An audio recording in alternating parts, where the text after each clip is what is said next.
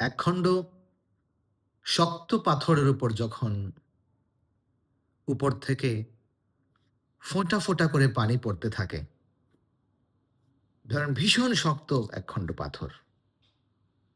উপর থেকে ফোঁটা, ফোঁটা করে পানি পড়ছে।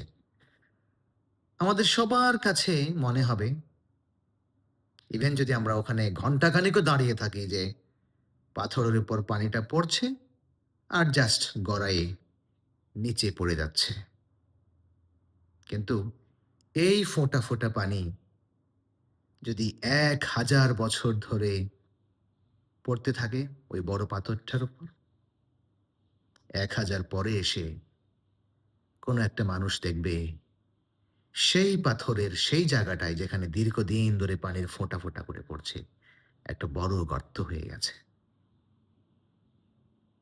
তো আজকের যে পরিবর্তনগুলো আমাদের কাছে মনে হয় যে এই পরিবর্তন তো চোখে পড়ছে না, এটাতে কোনো কাজে আসবে না।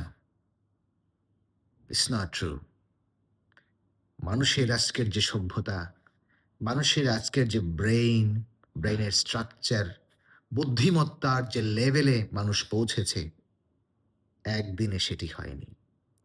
আমাদের পূর্বপুরুষেরা হাজার, হাজার বছর ধরে যারা কৃষিকাজ অথবা হান্টিং করে জীবন চালাতেন, যখন তারা ব্যস্ত ছিলেন হান্টিংয়ে, যখন তারা ব্যস্ত ছিলেন তখনও পর্যন্ত আগুন আবিষ্কার হয়নি। চাবায়, চাবায় মাংস খেতেন। এত স্মার্ট তারা ছিলেন না। জীবন যখন স্থিত হলো, মানুষের যখন সময় হলো, হাতের কাছে আগুন পাওয়া গেল, রান্না করে খাবারের সময় হলো, তখন মানুষের অফুরন্ত সময় থাকলো। এই ব্রেইনকে এত এনার্জি খরচ করতে হলো না। ব্রেইন আস্তে, আস্তে গ্রো করা শুরু করলো।